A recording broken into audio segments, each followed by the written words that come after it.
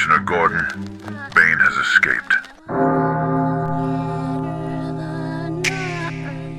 War is not waged on battlefields alone. The greatest wars are fought in silence in the minds and wills of those who stand before you, trembling with uncertainty. To master war is not to draw blood. It is to shatter resolve without raising a blade, to dismantle hope before the first blow is ever struck. Conflict is not won by force, but by bending the world to your will, shaping it as the potter shapes clay. Real power lies in the mastery of perception, in making your enemy dance to your rhythm, lose himself in the fog of your making until surrender feels like his only sanctuary. Strike not at flesh, but at the very essence of your opponent. A broken bone will heal, but a fractured mind remains splintered forever. Plant doubt where there was once certainty. Sow confusion where there was once clarity. Show strength where none exists, and weakness where you are strongest. Make each move a contradiction, every word a snare. The art of war is the art of illusion, the mastery of shadows and whispers. When the enemy looks into the darkness, let him see not your form, but 100 shifting silhouettes. Each time he reaches out, let him grasp at nothing. For the warrior who strikes at phantoms is one who defeats himself. Force him to see every corner as a threat, every ally as a betrayer. Lay the foundation of fear before you ever lift a finger. Make the ground tremble beneath his feet, the walls closing around him. An enemy who is hunted by his own thoughts is a beast, caged within a labyrinth of his own creation. He will thrash, he will fight against his own shadows, each struggle weakening him, bleeding him dry.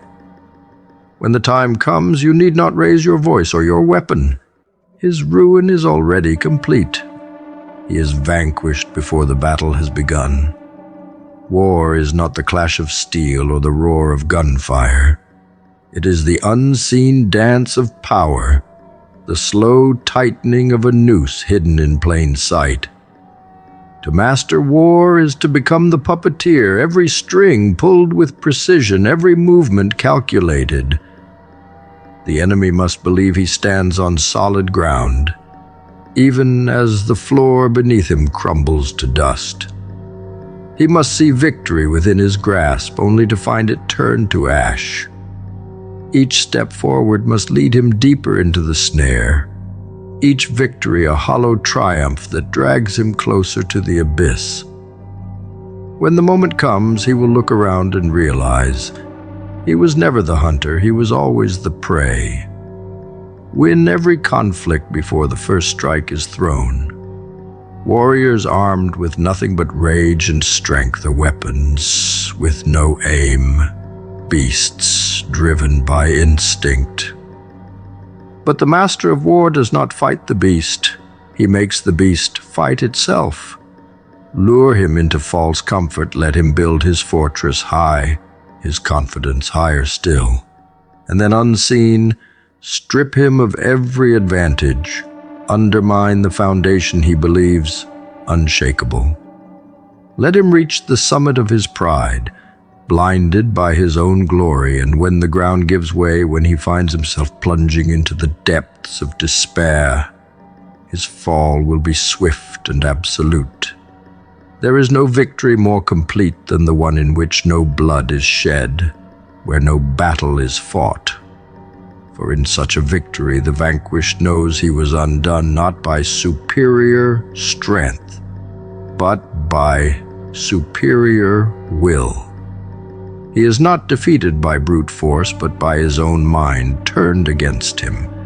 And that is the deepest cut, the wound that never heals, to know that every step he took, every choice he made, was not his own, but orchestrated by an unseen hand.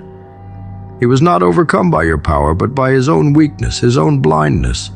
Such a defeat leaves no scars on the flesh, but etches itself into the soul, This is the art of war, the art of conquering without fighting, of crushing without touching. It is not enough to win. To win is mundane, to conquer is insufficient. The true mastery lies in domination that is felt, not seen, in control that goes unnoticed until it is far too late. The enemy must not even realize that he was ever in a conflict until the game has ended, the pieces shattered, the board overturned. War is not a clash of armies, it is a dance of unseen strings. Each pull must be subtle, each motion a prelude to annihilation. Let others waste themselves on the battlefield, chasing glory with swords and guns. A true master makes war a whisper, a shadow that falls over the mind. Every fear, every doubt, every unsteady breath is the war cry. Every whispered word, every hesitant glance, these are the weapons that wound deeper than blades. And when it ends, when he is on his knees, broken not by force, but by the collapse of his own design, let him understand that he was defeated not by a warrior, but by an artist who knew the soul of war better than he ever knew himself. The greatest war is not fought against another, it rages silently within. It is the battlefield of the self, where every fear, every doubt, every weakness is a knife turned inward. This war is not meant to be won nor to be lost. It is meant to endure, for in its endurance, strength is born. To master the war within is to face the dark mirror, to confront the beasts lurking in the depths of your soul. Many are consumed by these shadows, devoured by the chaos they unleash.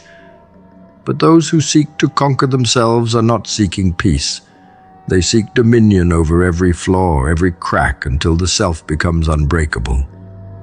Pain is not an enemy but an ally, a relentless instructor that demands your evolution. Rage, fear, sorrow. These are not burdens to be cast aside. They are fires that must be harnessed, shaped into the weapons that will forge something greater.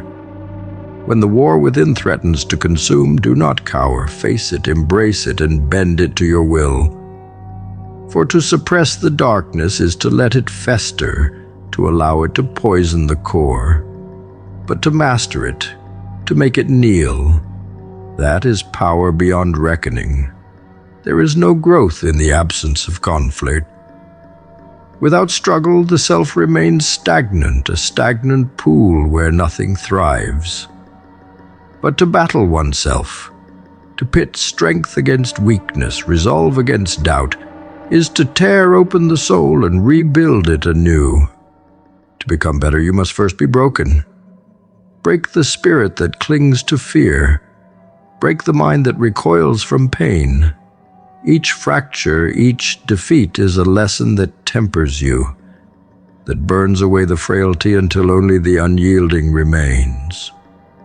The war within is a crucible. It does not destroy, it transforms. Many seek to silence this war, to drown out its roaring chaos with shallow pleasures and distractions. But those who embrace the darkness, who confront it, know that it is not a force to be feared, but to be mastered. The storm within is relentless, and it should be. To lose yourself to that tempest is to be shattered, but to conquer it is to rise above what you were, to ascend. Let the darkness rage. Let it tear through every corner of your mind. But when the dust settles, stand amidst the ruins as the architect of what remains. Do not seek to end the war. Seek to become its master. And in that mastery, find power. The war within is not a weakness, it is a forge, and those who are tempered by it become something beyond human, something that transcends the fragile limits of flesh and bone. Every scar, every wound from this internal battle is a mark of what has been overcome, of what has been conquered. To emerge victorious in this war is to stand unbound, no longer a prisoner to your fears, your doubts. for in mastering the darkness within, one becomes the wielder of it. So, let the war rage on, a ceaseless tide that churns and rips through your soul. But let each battle make you stronger. Do not flee from the conflict. Let it refine you. Learn to wield your own demons as weapons, to turn your doubts into strength, your rage into focus. With every struggle, grow sharper, darker, more resolute. For only those who can withstand the war within are fit to master the world without, to become something more, something terrible and magnificent. One must first conquer the chaos that stirs in the depths of the soul. This is not a battle that ends. It is a war that evolves, a dance of shadow and flame that never ceases. But that is its purpose. Growth is not a destination. It is the unending metamorphosis that transforms agony into wisdom, failure into resolve. Each confrontation leaves its mark, each wound a reminder of what has been endured. Those who fear the darkness within never understand that it is not a curse but the wellspring of power.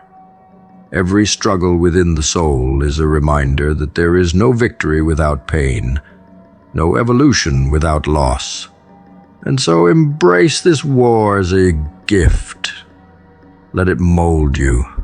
Let it strip away every weakness until you become something unrecognizable, something feared. Those who try to silence their internal conflict only bury their potential. But those who rise above it, who master it, become a force that no external enemy can match. For when one has bent the war within to his will, when the chaos no longer consumes but serves, there is nothing left to conquer, except the world itself. Those who seek to master themselves cannot ignore the labyrinth within, the murky depths where trauma festers, where hidden desires plot and schemes unravel in silence. To conquer this maze is not to merely understand oneself. It is to weaponize every thought, every impulse, every fragment of the psyche.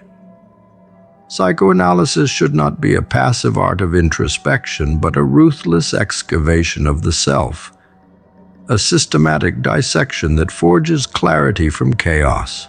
To dissect the mind is to understand the battlefield on which the most insidious wars are waged. The art of war does not begin on the plains of armies or in the corridors of strategy.